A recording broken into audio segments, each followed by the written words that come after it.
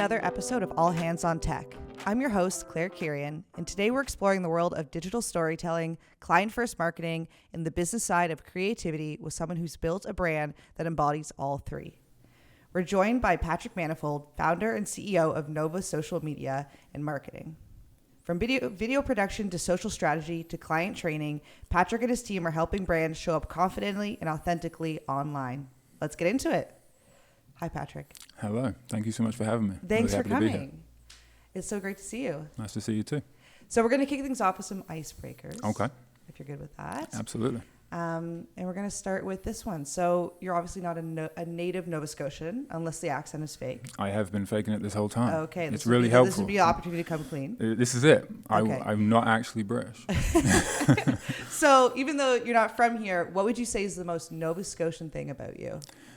Probably the most Nova Scotian thing about me is my children. I moved to Nova Scotia in late 2018 and early 2019 in January. I had my first child, Sophia, and then had Sienna, then Savannah, and now baby Patrick. So I now have 4 children who are all just 100% Nova Scotian. Wow. That's a good thing.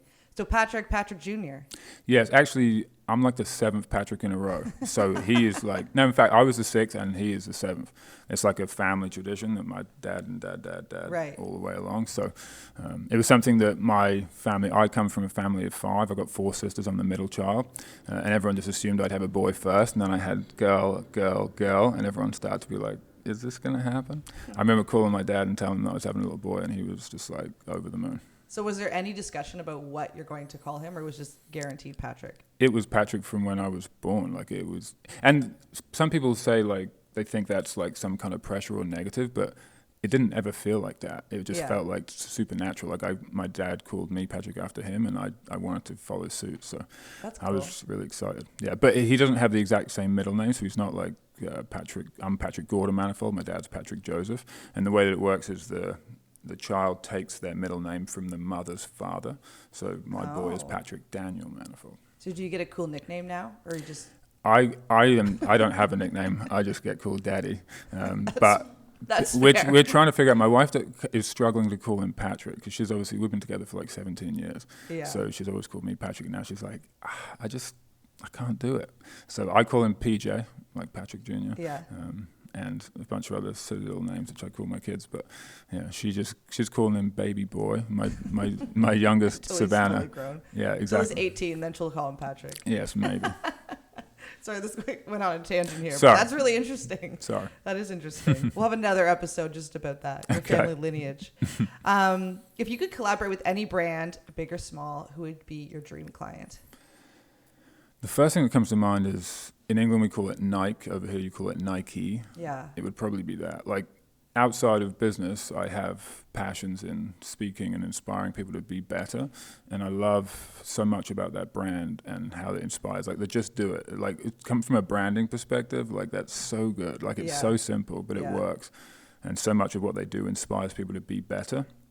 So I feel like that would just be a natural collaboration between my biggest passions in life and then also my creative work side as well. So, yeah, so Nike, if you're watching, let me know. Give me a call. Amazing. What's your creative fuel? Is it coffee, music, whatever? Definitely coffee. Yep. As my team will attest to. We have like a bunch of different coffee machines in the office. I'm kind of obsessed with coffee. So that first thing in the morning, and then I have another one at 10:30, and then I'm good to go. I like to listen to some deep house or some chill like beat the music, something that's got like a relatively like good beat going through, and then I can just kind of zone in. Actually, I have a relatively interesting way of working. My team knows not to book me any meetings and stuff in the morning. I like to come in and work from like 8 to 12, like just solid work. Don't book me a meeting in that time unless it's an emergency and I really have to, because all of my productivity hours is then. Yeah. After that, that's when I can meet people and I can have conversations and do all those things. But I'm just not ready to do that first thing in the morning, so I like to just get all the most important work done first and then do the rest of the stuff after. But look, it's 10 right now, and you're here. I know. I make an exception. We didn't exception know. to the rule because you guys are important. Oh, thank you. Thank you. Next time, lunch and afternoon only. Sorry about that. That's great. Some people have the most interesting, I feel like, focus tactics or music. But there's someone in the office, I won't name them, but they may or may not work at Digital Nova Scotia. But one time their Bluetooth wasn't connected, their headphones weren't connected to their computer, and they started playing it, and it was a bunch of ASMR videos of people like eating and stuff. Okay. And I had to be like, you need to know that your headphones are not currently connected. And everyone knows that that's your thing. I didn't But know that whatever was well, true. Whatever, different strokes for different folks.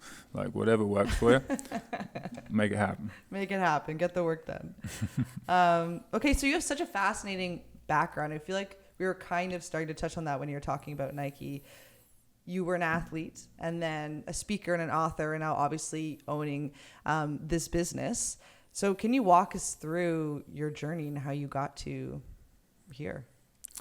That is a long story, and for the sake of this, I'm going to try to keep it brief. Okay, but the cliff notes are, I grew up in England and found basketball age 13. And basketball wasn't big in England. And I saw actually Space Jam as the movie, if you know. That was your inspo. That was the first time I'd seen basketball. And I literally fell in love, and I literally left the cinema that day and said, I want to play professional basketball. I want to go to America like Michael Jordan. He became my idol. I want to be a Looney Tune. No, maybe not that, although Bugs Bunny was cool. But I basically left, and that was like my dream. And everyone around me just told me it was just totally ridiculous because no one played basketball in England at that time. It was all about football, or what you call soccer. Yeah. So everyone just told me I was crazy, I was nuts, it was never going to happen. And then one day I just decided, like, what if I just go for it? And I did. I just kept playing. I kept working hard. And eventually I ended up making my kind of childhood dream come true, and I went to America to play basketball in college. And I remember when I left, all of the people around me, all the basketball players around me was like, you're going to get sent home, right? Like, you're a little English guy trying to go and compete with Americans in the sport that they invented. You're going to get sent home. They're going to realize you're not that good. 4 years later, I graduated summa cum laude from university after never having any, like I almost got kicked out of school. So that alone was a massive achievement. I remember my mum when she literally came to watch me graduate because I think she thought I was lying about my grades because I didn't get a single, not even a C all the way through high school. And then she's like, you're getting A's in all your classes. I got to come see this. So she came to watch me graduate. That was a really proud moment. And I was like, I think I was the first in the school's history, dual All-American. So I was an academic All-American and also an athletic All-American. I got named National Player of the Year my senior year, and then I was able to turn professional. So then my second childhood dream of following in Michael Jordan's footsteps, becoming a professional basketball player, became reality. And then I spent my first year pro in Glasgow, Scotland, my second year in Surrey, England, and then Melbourne, Australia, and then just outside of Berlin in Germany, and then just outside of Milan, Italy in 2017-18. And 4 days into being in America, I met a girl called Chelsea, and she's now my wife, but at that time she was my girlfriend, and she came with me to all these different places. And after Italy, we'd always go home to England to meet my family. And then that particular time, we found out that we were going to have our first child, and I retired instantly. I knew I had because I had so many experiences around the world and seen so many players that had left their families behind, and without even knowing it, I'd already made the decision that when that time came, I would just retire. Yeah. All of my friends and people in the industry thought I was nuts because I was in the peak of my athletic ability, but that was more important to me. Family was more important to me than anything. So we retired, and because I had been back and forth to Nova Scotia because that's where Chelsea's from, I'd already earned permanent residency, and she didn't have the same for the UK. So it's kind of Nova Scotia by default. Right. She wanted to be close to her mum, so that's how we ended up in Nova Scotia. And then here I am. I've just been playing basketball all over the world. I've never had a job before, never owned a car, never owned a house, like nothing. All I got is a bag. And I came to Nova Scotia with $5,000 and a pregnant girlfriend. Or my fiance at the time, sorry. And then I had to figure out, basically build a whole new life. And I had no idea what to do. I'd always had an interest. My biggest passion was psychology. I'd already written a couple of books by this point. I'd already become like a motivational speaker. But it was like understanding how human beings think and why they do what they do. That was just like a deep passion of mine. I'd read hundreds of books on the topic. So when I moved here, I had already done a little bit of stuff in websites and cameras and stuff like that, and I thought, what could I do to provide for my family? Like, I can't go out and get a job. I've got no qualifications. Bouncing a basketball can't even get me a job in Walmart. So, like, I didn't know what to do. So basically, by default, again, I became an entrepreneur. And I looked around, and because I'd lived in so many different countries and big cities around the world, I'd seen what worked in social media specifically. And I was like, no one around here is doing anything like that. Like, I could just do a half-assed job and still be better than a lot of what people are doing. Because it wasn't even really a thing to hire people to do that then. It was just everyone was doing it in-house. Right. So I just saw an opportunity. My wife still to this day says it was her idea. Whatever, I'll give her that. It's fine. So that's how Nova Social started. In Nova Scotia, in late 2018, I am trying to figure out how to start a life for my family. I don't have a home. I don't have a car. I spent $3,500 on a bogey green Hyundai Tucson from like 2003, which I thought was the coolest thing ever because I'd never owned a car before. And then I had $1,500 in my pocket, and I had to start a new life. And it was the scariest time of my life because I had a child. I'd never been a father before. I knew I had to provide for them, and I didn't know how I was going to do it. I didn't know how to run a business. I didn't know how to start a business. I didn't know how to do anything. All I had was just this motivation to provide a nice life for my family. And that's how Nova Social started. Wow. And thankfully, from then it turned into now here we are, like 7 or 8 years later, and things are stronger than ever. But yeah, that's basically the short version of the origin story. So how did you, in order to lead a business, you must have had to learn about a lot of these services you're providing. Like, how did you get up to speed and in order to? I'm scared about the client that I'm about to talk about, but they know me well enough now that it's going to be fine. I had a video job, my first ever video job, because I started talking about, like, hey, can I do social media for people? And then someone came and asked me, like, do you do video? And my answer was always, yep. And they're like with proper video, like, like a real setup. And I was like, oh yeah. And they're like, okay, well, we've got a project where we want to do 8 videos, and like that was more money that would provide for my family for an entire year. Right. So I said yes, and I immediately went home, emptied my bank account. Started watching YouTube videos about how to make proper videos, and I bought all the stuff on Amazon that day. And for the next 30 days was just studying how to shoot like a film with multiple cameras and microphones and all that, lights and all that stuff.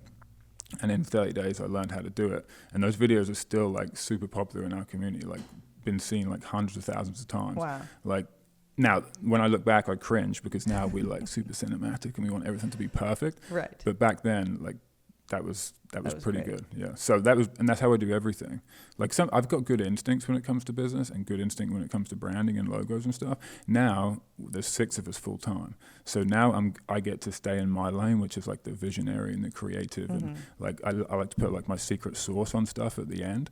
But I have some amazing people around me now that do all the stuff that I'm honestly not that good at. Like I'm not that good at graphic design. My team are awesome. They're rock stars. And I create this terrible little thing. I still use GIMP, which I don't know if you know what that is. No. But it's like a manipulation tool. It's kind of like a free version of Photoshop. Okay. I still use that to create my ideas, and I hand it over to my team who are just much better at doing that than me. Yeah. So, yeah. That's awesome. Well, I'm glad you can hand some of that stuff off because... Me too. I feel like taking 30 days to learn how to make a video is awesome and impressive, but not super sustainable. No, well, it's the same thing in every single sector. Like we're full service. So that means that like anything you need, we either know how to do it or very quickly we learn how to do it and invest in it. We don't outsource anything, and we never have. Yeah. And I love the full vertical integration. That's like one of my favorite things in business. It's like, how can we do absolutely everything? You need a business card, we'll design it, we'll print it, the whole thing. Like we do absolutely everything in the digital space. And that just allows, and that was not necessarily me being a super intelligent business owner. That was a case of I came from a small town. So when I was offering social media around, and then someone needed a website, naturally I would progress into that. And then when they needed photography, I wasn't a photographer, but I had to learn how to become a photographer. Right. So like when I came to Nova Scotia, I had never owned a professional camera before. I had like a little point and shoot thing or whatever when I was traveling around like in Italy and stuff like that. But I didn't know how to use. And for the first year and a half, I was in auto mode, which the people recording this will laugh at. But I didn't know how to use manual, didn't know anything about aperture or anything, those kind of difficult things. But I think that the absolute best way to learn anything is just to do it. It's just to throw yourself in the deep end. Wow, that's a callback to the Nike, to Nike there. Exactly. But I think that's just the best way to learn. Yeah. I agree. But that's an amazing backstory, honestly. I appreciate that. Yeah, that's really cool. And I'm glad that people are going to have the chance to hear that. Well, I just think that if you share your story, there's somebody else out there who's struggling. Yeah. And I think that, like, I'm an immigrant, and it sounds like a strange word to use, but like I came from a different country, and something I'm so passionate about is how like Nova Scotia like welcomed me. Like I was able to come here, and I think I'm living the Canadian dream. Like we hear so much about the American dream, and I kind of had that too. But when I moved here with absolutely nothing, and have now built something that me and my family and all my team members get to live off, and it was just ideas. And that's my favorite thing in the world, is to just have an idea in my head. Because when I have an idea, I don't have to have it in my hand to know that it's real. Like I'm crystal clear on a vision. And that's why we're so good at what we do at Nova Social, is because a person will come to me and say, hey, I've got an idea for this business. And they'll tell me, and I can make it crystal clear. I can make it into a brand. I can make it something that is consumable by the public. Yeah. And I guess that might be my like gift or my secret sauce that I have. I can see I don't want to say see the future, but something like that. Like I know where this is going to go if we do these 3-4 things in tandem. And I think that having clarity about where you're going is so important, because it allows you to relax from the day to day and just be your best. Right. Whereas most people don't get the opportunity to do that. And I think that me sharing my story about starting with nothing and becoming something, it's the same stuff I write about in books, the same stuff I speak on stages. It's basically just showing people that you can do anything. Like if you've got a dream in your heart, like if you want to start a business, or if you already have one and you want to take it to the next level, you really can do it. And there's people out there who have already done stuff like that and can inspire you to be your best self too. Yeah, that's awesome. I think that message is going to resonate with a lot of, hopefully, people who are listening, and a lot of small business owners and entrepreneurs. Right. Yeah. Because that's tough. Totally. Small businesses and like wearing 17 hats, like definitely. I know what that's like. Yeah. So. Yeah. You don't just start out with 6 amazing staff members. That's Absolutely something you have to work not. up to. Absolutely. Yeah, for sure. That's amazing. So you obviously built an amazing team.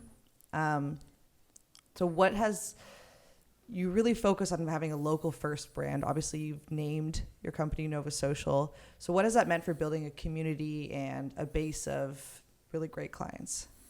Well, I call it Nova Social, and people often call us Nova Scotia Media, because our logo's red and it's kind of like the Canadian flag. Right. It's got the maple leaf in it, so it feels Canadian. It feels like it's Nova Scotia.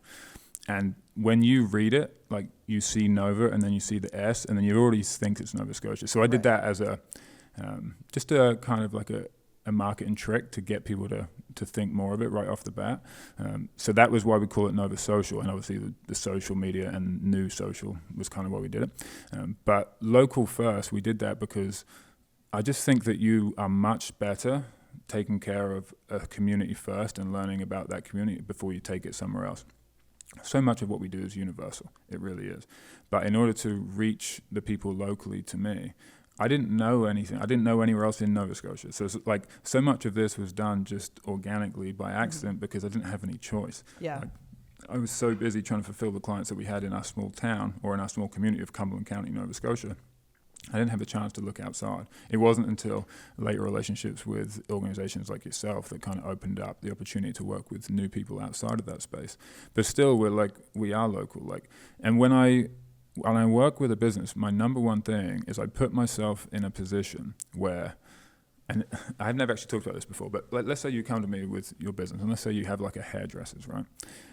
I put myself in a position, I sit down, I get all the information I possibly can from you, and then I say, okay, my wife, my 4 children, and my team, the only way we can eat or make payroll is if this business succeeds. What would I do in that situation? Mm-hmm. And then I build a map and a brand identity for what that would be and how the strategy for how it would go. And then I present that to the client. And I say, this is what you should do. They can't always do it, or sometimes they don't want to do it. Mm-hmm. But I'm saying, like, this is the road. Like, if you want to walk this, you want this to be successful, this is the exact road I would take if my family's life depended on it. This is how I'd do it. And that just allows me to say, okay. And some of that isn't like short term. Like you talk about like viral videos and stuff like that. Mm-hmm. Nothing about that. It's all about like foundational. It's all about what are the most important elements of starting a business, running a business, and the reputation that you create. Like we are in Nova Scotia. We are not in downtown Toronto, right? In Nova Scotia, it matters what people think of you. It matters the person behind the business. It matters how people perceive you, and word of mouth. Word of mouth is huge. We're a marketing agency and we do next to no marketing, because when we fulfill our clients, when we do a great job and we're a pleasure to work with and we deliver on all the expectations and more, naturally they tell their friends. Yeah. And those people keep coming. That's why we have been inundated with business for the past 8 years. 95% of it is off word of mouth. Yeah. And that's something that, how do you set that on fire as a local business, as a small business, even as a large business in Nova Scotia? How do you do that? And that's kind of like where we specialize. Yeah. And we were talking, that really relates back to what we were talking about before we even started recording, which is our tourism digital assistance program, and how you've met a lot of amazing clients through that program that you wouldn't have met organically, and how 100%. that's, I feel like, really set fire to some of your business, because it just opened new doors. Right. I want to take a minute right now and give flowers to Tourism Nova Scotia and Digital Nova Scotia for those programs. As you know, like we're like the OGs, like we've been here since the beginning working with you guys. But it's always been amazing. Like your whole team on both sides has just always been amazing to work with. Always been so polite, friendly, professional, helpful in any way they could be. And again, that opened up doors to us to work with businesses. Like we've worked with so many cool businesses. I met so many amazing people behind those businesses that just never would have found us before, or wouldn't have been able to afford our services, or whatever the case may be. And now we've been able to, like, we talk about domino effect and like the ripple effect of like the work that we do and how many people it's been able to help. Like, it's hundreds of thousands of people all across Nova Scotia now. And so much of that is because of the opportunities that you guys gave us. Yes, obviously we had to fulfill on that work, and I'd like to think we do a good job. But more importantly, like, just having the opportunity to do that. And it comes back to like how much I love Nova Scotia. Yeah. Like, it's an incredible place where if you're a good person, you asked me the first thing, the icebreaker thing. You asked me like, what's the most Nova Scotian thing about you? And I said, my kids. The second thing would be that I think I'm just kind. Like, I'm just a kind person. And I believe that, like, I could live anywhere in the world. Like, I have a British passport. I have an Irish passport, which allows me to live all over Europe. And I could probably live in America if I wanted to. I could live in so many different places. And I chose small town Nova Scotia for a reason. I've lived everywhere, big cities all around the world. I chose here because this is an amazing place where opportunities exist. The crazy thing is, I meet so many people that's like, oh, there's nothing to do here, and there's no opportunities. And I'm like, I can't hold all the opportunities. They're coming from every angle, and there's not enough time in the day for me to grab them all. It's like trying to catch water in my hand. There's so much opportunity here. And I just think that it's a special place with kind people, and I don't think there's anywhere better in the world to live, honestly. Wow. That's amazing. I love that, because you're right. Especially the influx of people coming during COVID times. We had a lot of, I think, bigger city folk and people from all over other places come, and not everyone stayed, right? They kind of saw it as, a place that lacked opportunity or resources, but I love that you see the other side of that. It's just a matter of finding those opportunities and creating them and getting to know the right people. And it's perspective too. Totally, like, you're looking at an outsider looking in. Right. But if you want to be able to start something, and you want, again, this is where I come back to kindness and like why I love you guys. Like, it's opportunity there if you do the right thing. Like, if you're willing to actually like shake someone's hand and then follow through, like that opens so many doors for you. Right. Yeah. And if you're just kind and you go the extra mile, and sometimes that means like losing money. Like, we've done many projects where we have lost money, where it's actually cost us money to do it. But in the long run, looking back, that has been a massive part of our success. Every time I've gone and spoken free at an event, and I've been driving there thinking, why am I doing this? I could be doing this over here, and that would be better for my business. But then that same thing, that piece of kindness that I put out into the world, finds a way. Someone in that audience messaged me 3 months later and said, can we do this project? Like, it's just the law of reciprocity. Yeah. Being a good person. And I think there's no better place for good people to live than Nova Scotia, Canada. Yeah. And having that long-term vision, willing to put in time or effort in hopes that something will come back to later, which seems like it has, and it continues to. And that's unfortunately the world we live in is like, that is future thinking. That's visionary. That's planting a seed and watering it for years and not knowing if there's ever going to be a plant come up. Right. Yeah, but then one day something big's going to come from that. I know that. But so many people, like now, especially with social media, like, I'm a big social media guy, but I don't love the fact that, can we just like go viral? Can we do a silly dance? And like, how does that Yeah. actually move the needle on your business? Like if you're in that, like a niche where that actually makes sense, go for it. But most businesses are not, and they're doing the wrong thing. Right. And it comes down to strategy. Like a big part of what we do is like digital strategy, digital marketing strategy, and just saying like, people don't know what they need until they sit down with someone who has done this hundreds of times. So I think that people need to really be able to utilize some of those programs that you provide to get their foot in the door with a marketing partner and say, okay, I have a great business. I just don't know how to tell the world about it. I just don't know how to brand it, or whatever the case may be. Right. Do you find that you're having that conversation a lot? Companies are coming to you saying, I want to do this trend, that trend, and I want to go viral. Like, is that something that you have to kind of work around? Yeah. Yeah. And it's not just that, but it's also like people thinking they need the wrong thing. Like they'll watch a YouTube video like Gary Vee. Like I love Gary Vee, by the way. Right. He's actually one of like someone that's inspired me a lot. But like he'll say something, and they'll like a business owner will just watch one video on YouTube or TikTok or Instagram or whatever, and be like, I need to do like SEO. I was like, do you even know what SEO is? Like, you don't even have a website. So like, where's the like? Right. There's some things like there's some big gaps. Like your Facebook profile picture is blurry and it doesn't even show what your brand name is. The name of your business doesn't even explain what your business is. Like there's a lot of gaps, like details that people just overlook. Like they think they just start a business, and some of those things aren't important. But like, and maybe we can talk about it later. But like branding is just everything. Like having a strategy of like actually like, who do you help? Right. Who's your target demographic? Like if you don't know those kind of like very basic things, you just literally run around like a headless chicken. Like you're just doing stuff, you keep them busy.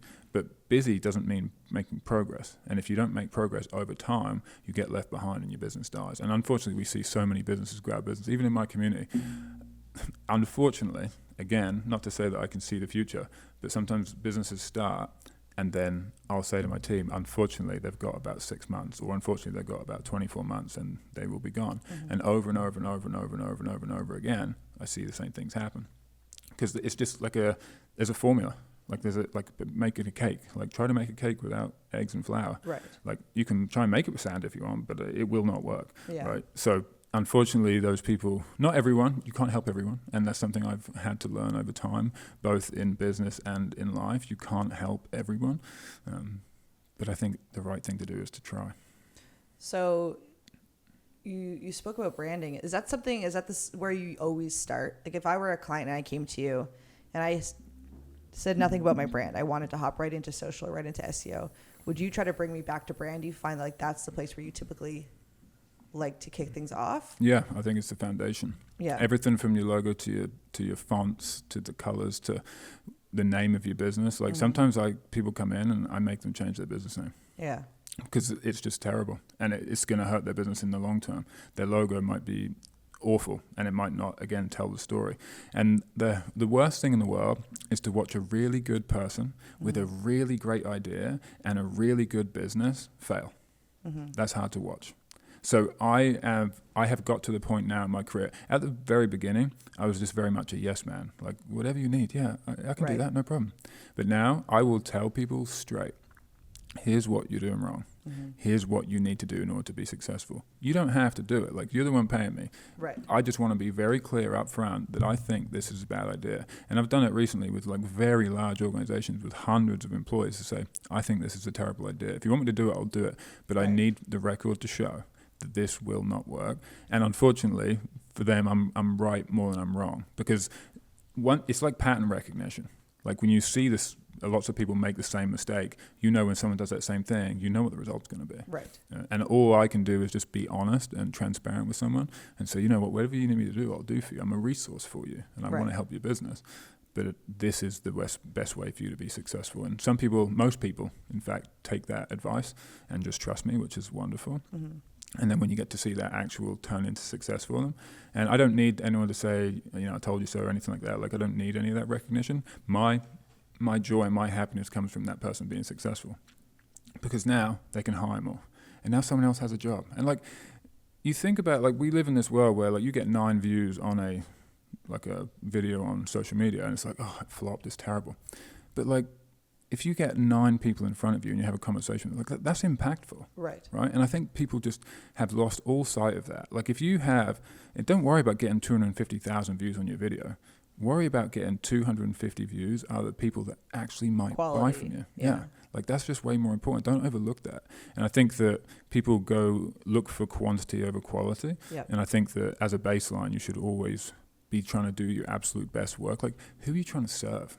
Mm-hmm. Business owners struggle so much with what they care about. Like I have people come and sit in, I have this like couch that every new person that comes in to meet with me, they sit on this couch and it's supposed to be like warm and welcoming, and I just kind of learn about them. And I'm like, why aren't you on social media? Like, why aren't you posting? Like, I don't like social media. And I say the same thing every time. As a business owner, what you like and what you want is not important. Mm-hmm. If you want to just do what you want, then you should just have a hobby. But if you're trying to run a business, especially a business that has employees, that has like essentially they rely on you to be able to eat and pay their rent and all those kind of things, it is your duty to be where your customers are and to talk to them in a way that they will understand in their own language, not in what's comfortable for you. Don't post at 2 a.m. because that's when you are ready to post. Like that's not when your customers are up. So unfortunately, not everyone in business maybe should be in business, but most people, they're well-meaning. They just don't know the recipe. Mm-hmm. They know they want to eat a cake, but they just don't know what the ingredients are. Yeah. And then even if they do, because they've heard about it, they don't know what order to put it in, right? It's like a secret sauce. Like, how long do you cook it for? Like, I saw something the other day on social media. It was like a chicken, and it was like 3 hours at 100 degrees or whatever, or like 9, or I think it was like 9 hours at 100 degrees, or 1 hour at 900 degrees, and one was burnt and one was cooked perfectly. That's like the kind of analogy. Like, if you don't do it in the right order, even if you have the secret recipe, if you don't do it in the right order, you can't do it. So I'm constantly just trying to give people good advice that, like, I've got no agenda apart from to them. Like, Nova Social only succeeds when our clients succeed. When they succeed a lot, our business does a lot better. So my only skin in the game is to help people. Like, that's as a human being, my favorite thing to do is help people. So that's an extension of Nova Social. Like, every time someone comes in, how can I give these people the most value possible? How can I give them $10,000 worth of value for $2,000? How can I do that? Yeah. Because then that person goes and tells someone else. Like, we had someone in our office yesterday who we just built a brand for and did a website, and they're like over the moon, like skipping out the door, like, this is so exciting. And that's why we do it. We do it to help people. And most often business owners are good people trying to do good things, and we're just here to facilitate that. Yeah. I think sometimes in the marketing world, it can be hard for people to grasp value, you know? So if they give you $10,000 and you do a rebrand and, you know, sometimes it could be hard, because I think that's often when people say, well, how many views did it get? It's like, well, what does that mean for your business, right? Like sometimes it can be a little ambiguous in the marketing world of like what, and convincing people to do things that are going to have long-term impacts can be sometimes harder because they want immediate results, right? So you'd have to, I honestly would believe that working in that world would be a lot of like educating people and people putting trust in you. And showing them what they could be. Right. Because not immediate, if you give me 10 grand, I'm going to make you 40 grand. Right. Which is sometimes hard for people to give their money away. It's also like we talked about, like the plant and the seed. Right. Like, we have to plant the seed. Right. And we have to water it, and we have to give it sunlight. Yeah. But I can't tell you when that plant's going to grow. Yeah, exactly. So just putting a lot of trust. Yeah. Exactly. But what I do know is if you don't plant a seed, you will never get a plant. Right. Right. So it's just a case of just saying, hey, how much do you want this? Is this like, if you're betting the farm on this and putting all your eggs in one basket, and then it has to happen in 2 months, otherwise you're dead, it's probably not a great strategy. Right? Yeah. How can you do like the foundational stuff? Yeah, 100%.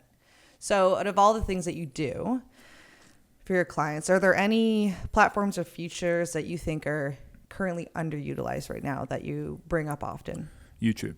Okay. Yeah. 100%. Like, obviously we're big on video. We're a video production agency, so we love that. We love everything. Like, we're shooting a documentary right now about wartime, and like we're doing some reconstruction. Wow. So like we love video. Like, I think video is the most impactful thing you can do from afar. Right? So if you went on Twitter or X and saw a text that I wrote, like just the words, that's nowhere near as powerful as watching something like this, where you can see me and feel my tone and all Right. that kind of thing, right? So Yeah. we love video, right? So video, number one, most businesses don't do enough video. And then two, because of YouTube's relationship with Google, and most people still go to Google, that might change to AI in the not too distant future. But as of right now, the Right. landscape says that if I want to do something, if I ask my assistant to find something, she's Googling it, right? Mm-hmm. And then if there's a video there, that will pop up because YouTube is owned by Google. So in the little right-hand corner, we talk about real estate all the time in digital real estate.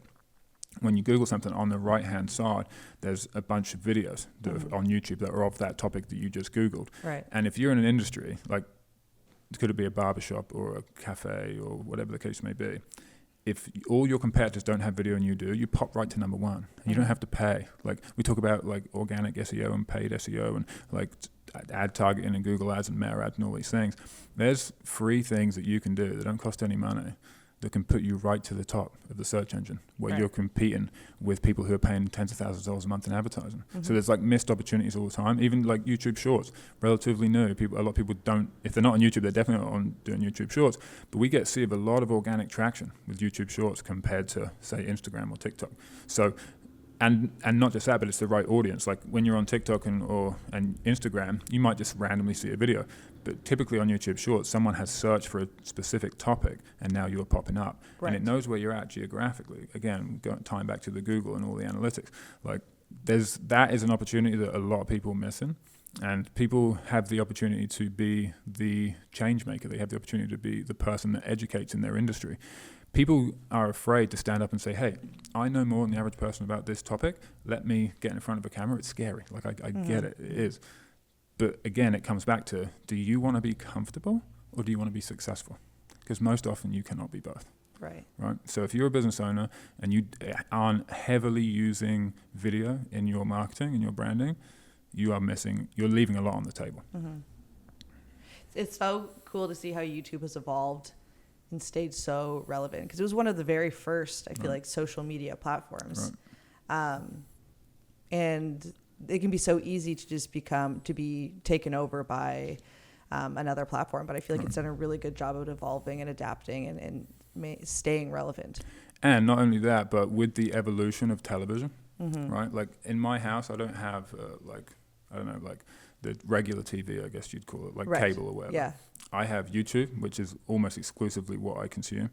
My kids have Netflix and Disney and Prime and all that kind of stuff as well. But I consume on a 65-inch flat screen TV on my wall YouTube videos. Yeah. Long conversations like this, these are my favorite. Like having the opportunity to learn from someone, I can't flick through the TV and find that. But Elon Musk getting interviewed, or Jeff Bezos getting interviewed, or some big business person that I really like getting interviewed, I can learn from them through YouTube. So now it's replaced my TV. So now you should be on that place. Like you can't get I don't know what's big in Canada, like CBC or something like that. We can't get a show on CBC right now. Right. But we can get a show on YouTube. Right. And we have just as much chance of getting found by the people who are looking for that particular information or industry that we're talking about. So it's a massive opportunity, and you can build your own brand. You don't have to have this is an amazing setup, by the way, so credit to the team behind this. But you don't have to have this. You can shoot a cell phone on a crappy background, and just, as long as you're providing value, you can grow your audience online. And it's free. Accessible. Yeah. So more people 100% should be doing that. That's true because I mean, you're not gonna what it would take to create like a commercial that would be played on cable. Right. The amount of money and the team and the equipment to go behind that is so different than creating a YouTube video. Right. Even if that's just the first like a foot in the door. Right. So very cool. I like that. Good plug for YouTube. Maybe they'll sponsor this video. Who knows? Hopefully. They're probably watching. Okay, let's talk about some other trends. Is AI a big thing that people are asking you about, or influencers, or you talked about short form already? What are some of the other, I mean, I feel like we talk about AI a lot on this podcast, but I'm not sure if that's as relevant in your world. What are some of the biggest trends that you feel like people are talking about? AI is big, and I believe it's the future. I think it's the present and the future. But unfortunately, at least here in Nova Scotia, like that's way more advanced than most people, like the place that most people are at. Like they have a lot of issues they can get to before they super optimize with AI. unfortunately, people look at AI as a shortcut. Like they look at it as like, oh, if I just do this and now I don't have to do all this other work. And that is true to a degree. But I don't believe that. I was watching something the other day and it was Stephen Bartlett, who's the podcast CEO. You know who I mean?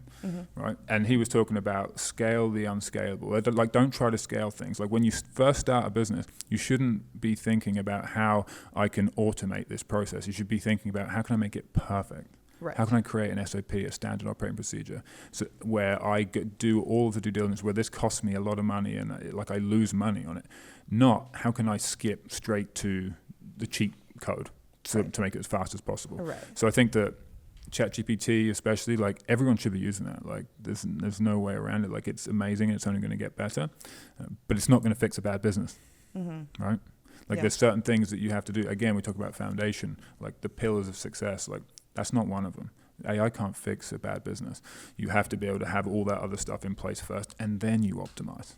Right. You have to have a Facebook account before you can optimize it. You can't optimize an account that doesn't exist. So making sure that you're looking ahead at trends and things like that, but also like having like an audit of like, where am I at?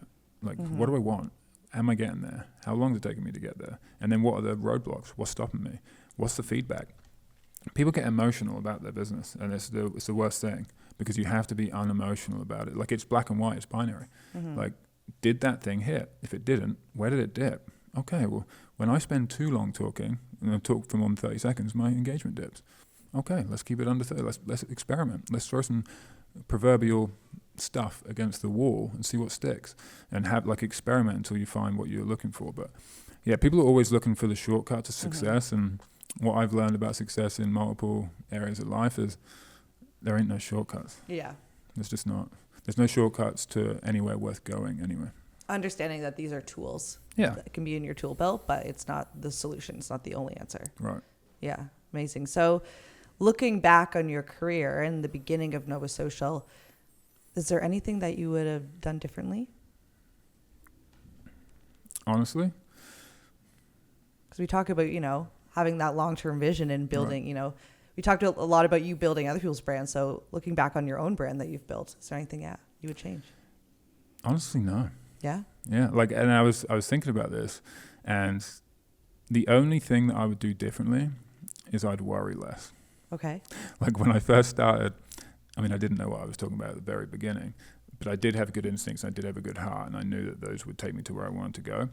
But I couldn't help but worry. Like I had this growing family. I'm starting a business. I don't know what the hell I'm doing. I'm trying to figure out as I go.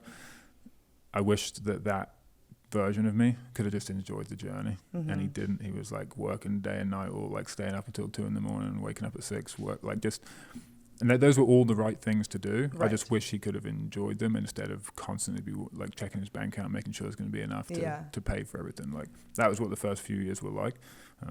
But we found amazing clients. Like our first big client that we got absolutely changed the game for us. Yeah. That was Yoast Vineyards. And nice. I want to give them a shout out because I love Carl and Donna and Cheryl over at Yoast. And those were the first people that I went to Carl and just told him, like, I've got this idea that I think we could help your social media out. And we did that for like 5 years. Like, it's just, there's so many amazing businesses in Nova Scotia. Yeah. And I'm honestly at the point now where people come in and meet me all the time to ask if we can help their businesses. And I'm now at the point where I get to say no to people. If you are not a good person, I don't want to work with you. That's Do you say that to them? No, I don't. I'm far too polite. I would be very polite and shake their hand and whatever. Yeah. But if when they leave, I got a really good instinct for people, like meeting them right away. And if I feel like they're a bad person or they're just a super negative person, I can't do it. Right. I just can't do it. There has to be a fit on both ends. But I think that because I'll work way harder for you if I care about you. Like I genuinely, like some of my clients, I love them. Like they become my friends. And I want to work with people who, when we make the impact I know we're going to make, I'm going to get to see that smile on their face, and that's going to fill my heart up. So that's the kind of business I want to do, like a heart-led business. Yeah. And I can't do that. Not to say that, you're all bad just because you're bad at business. That's not what I mean. It's that some people are just like they're all about just the money, don't care about the people underneath them. They'll throw people under the bus. Like those are just not the kind of people I want to work with. But if you're like a good, kind person with a good idea, like I want to take you to the next level. Yeah. Well, they have to. It sounds like they have to have the same values as you. Right. And it isn't like the values, not necessarily like, yes, like we don't have to see eye to eye and everything. Right. But just as a core, you Right. have to have a good heart. And I can just tell that right off the bat. Like Yeah. within 5 minutes, I know everything I need to know about another person. Interesting. And that might be my superpower, like as Yeah. a human. Like, and I laugh all the time. We do a lot of interviews when we're hiring. And by the time I've reached my hand out to shake that person's hand, I already know. Wow. I already know. Just because, again, like you got to understand that the reason I got into marketing is because Yeah. for 10 years prior to that, I'd been obsessed with personal development and read hundreds and hundreds of books, and a lot of it about body language and like psychological, like why we do what we do as humans, and like what makes the decisions. Why do you have your hair the way you have it? Like all of these tiny little micro expressions that you have, like I can just read those now Yeah. in a heartbeat. Yeah. And I know what you're wearing to my interview. I know if you're taking this seriously. Like the whole, like everything is just, it's almost like like everything happens in slow motion for me. Like it's in an instant, but I've seen everything. And obviously I can't judge a book by its cover like 100%, but I do think I get 80% of the way there in the first 5 seconds. So that's a cool thing for me to have as a superpower. Totally. That's a YouTube video I would watch. We get like 100 people in a room, and you just have to shake all their hands and tell them if they're a good person or a bad person. And it's not even I would subscribe. It's not like a good person, bad person. It's just a case of like, what do you care about? Like, right. Are you a good fit for it? Yeah. Everything about you, like you, Right. we are constantly, and we're going back to brand now. Yeah. Like you are a brand. You are a personal brand. We are all personal brands. Right. We are all constantly selling or being sold, right? All the time, every minute of every day. What you choose to wear, how you present yourself, the cologne you wear, like every single element of it is telling a story. It's a business card. And if I came into this with sweatpants on and a backwards hat, you would judge me, and not in necessarily a negative way, but you'd be like, okay, this guy's too super relaxed, like he doesn't really care too much about his image, blah, blah, blah. But instead, I'm here and I'm wearing a suit. That tells you something about me, right? That tells you I'm taking this seriously. And I just think that people don't, especially in business, they don't appreciate how important that is. Right. That business card, that logo, that first impression. A saying I love, you can never make a second first impression. So Sure. when someone Googles your business and you're not there, or you are there and you have a terrible website, you might not come back from that, Yeah. right? And that's scalable, like to happening tens of times, hundreds of times, thousands of times, millions of times, losing business because you didn't make a good first impression. Yeah. It's important. Yeah, that's true. So interesting. So what's next? Is there anything on the docket for Nova Social that you want people to look out for? We do have the film coming out. Yeah. We haven't completely decided on the title yet. It's something about wartime and the effect that has on small communities in Nova Scotia and essentially around the world. We got some exciting projects that I can't talk about yet coming up. Okay. And honestly, it's just like the evolution of Nova Social, because now when someone comes in, they get to learn from everything we've done over the past 8 years.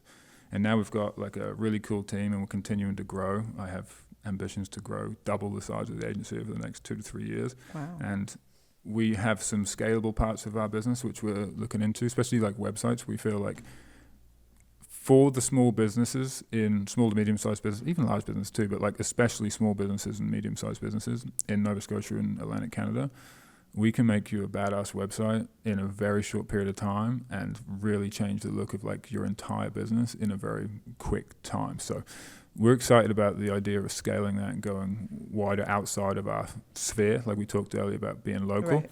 And we're still local, we'll always be local, but we just have the ability to help people like all around the world now, and I want to share that with more people. So I'm excited about where Nova Social is going. Actually, the truth is, when I first came here and I was trying to decide, like, should I go into marketing, should I do that, and should I learn all this stuff?